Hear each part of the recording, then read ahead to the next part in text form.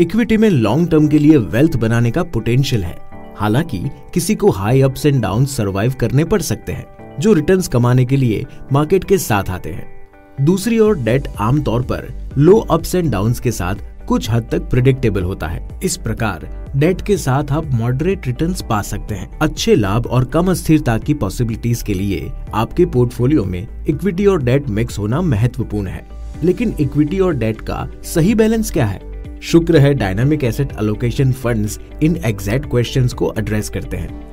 जैसा कि नाम से पता चलता है, ये फंड इक्विटी और डेट में पैसे को प्रोजेक्ट मॉडल के आधार पर गतिशील रूप से विभाजित करते हैं, जो बाजार की अस्थिरताओं को एक्सेस और एनालाइज करता है। जब market favourable equity valuations offer करता है, जो संभवतः इन्वेस्टर के लिए अच्छा रिटर्न लाएगा, फंड खुद ब खुद इक्विटी में इन्वेस्ट करना शुरू कर देता है। जब इक्विटी वैल्यूएशन महंगा हो, फंड इक्विटी एलोकेशन कम कर देता है और अपने डेट एलोकेशन को बढ़ाता है। Classic buy low sell high.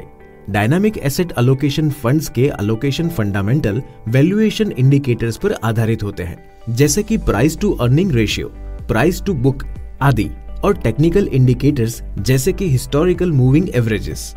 एक इन्वेस्टर को मार्केट मूवमेंट्स का ट्रैक रखने और उसके अनुसार अपने पोर्टफोलियो को मैन्युअली बैलेंस करना स्ट्रेसफुल हो सकता है। एक इन्वेस्टर अपने इमोशंस के प्रभाव में आ सकता है। हालांकि dynamic asset allocation funds market के इमोशंस से मुक्त होते हैं। वे पूरी तरह से रूल्स और फॉर्मूलाज के आधार पर काम करते हैं, जो खुद ब खुद फंड के लिए डेट और इक्विटी एलोकेशन को बैलेंस करते हैं। डायनामिक एसेट एलोकेशन फंड्स को ऑटोमेटिक गाड़ी चलाने के समान माना जा सकता है। जब गाड़ी खाली सड़क पर स्पीड से चल रही होती है, तो वो ऑटोमेटिकली हाई स्केल में शिफ्ट हो जाती है। डायनामिक एसेट एलोकेशन फंड्स जब देखते हैं कि जब मार्केट में और अपस्विंग पोटेंशियल है, तो खुद ब खुद ज्यादा फंड्स को इक्विटी की ओर शिफ्ट करते हैं। जब हम ट्रैफिक के कारण स्पीड कम कर देते हैं, कार ऑटोमेटिकली दूसरे या पहले गियर में शिफ्ट हो जाती है। जब मार्केट वैल्यूएशन हाई होता है, फंड इक्विटी एलोकेशन कम कर देता है और अपने डेट एलोकेशन को बढ़ाता है। जब सड़क फिर से साफ हो, कार अपने आप 5वें या 6ठे गियर में शिफ्ट हो जाएगी।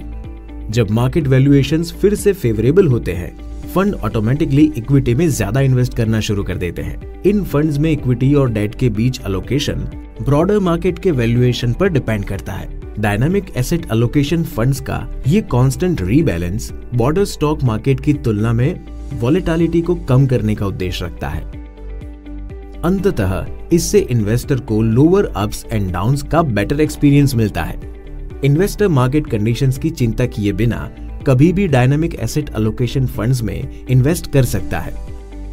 इसीलिए ये इन्वेस्टर्स की फेवरेट चॉइस बन जाती है, जो कम वॉलेटिलिटी के साथ वेल्थ बनाने का लक्ष्य रखते हैं। फेवरेबल इक्विटी टैक्सेशन का आनंद लेने के लिए डायनामिक एसेट एलोकेशन फंड्स को इस तरह से बनाया जा सकता है। आइए हम डायनामिक एसेट एलोकेशन फंड्स में इन्वेस्ट करने के फायदे संक्षिप्त करें। ये फंड इक्विटी और डेट के कॉम्बिनेशन से वेल्थ बनाने का प्रयास करता है। ये फंड मार्केट वैल्यूएशन के आधार पर ऑटोमेटिकली इक्विटी और डेट के बीच रीबैलेंस करता है। ये fund well calibrated financial formulas का उपयोग करके एलोकेशन करता है और इन्वेस्टर इमोशंस और मार्केट सेंटिमेंट्स को कंसिडर नहीं करता। ये एक ऑल वेदर फंड है, जिसके पास सभी इकोनॉमिक सिनारियोज में अच्छा प्रदर्शन करने का पोटेंशियल है। महत्वपूर्ण रूप से वो वॉलेटिलिटी के पोटेंशियल से इन्वेस्टर्स को मॉडरेट रिस्क के साथ कंफर्टेबल है। उनके लिए ये एक फेवरेबल चॉइस बनाता है। डायनामिक एसेट एलोकेशन फंड्स के बारे में अधिक जानने के लिए और वेल्थ एक्यूमुलेट करने के लिए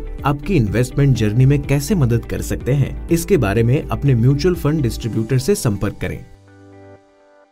Mutual fund investments are subject to market risks. Read all scheme-related documents carefully. Mutual fund investments बाजार जोखिमों के अधीन है। योजना से संबंधित सभी दस्तावेजों को ध्यानपूर्वक पढ़ें।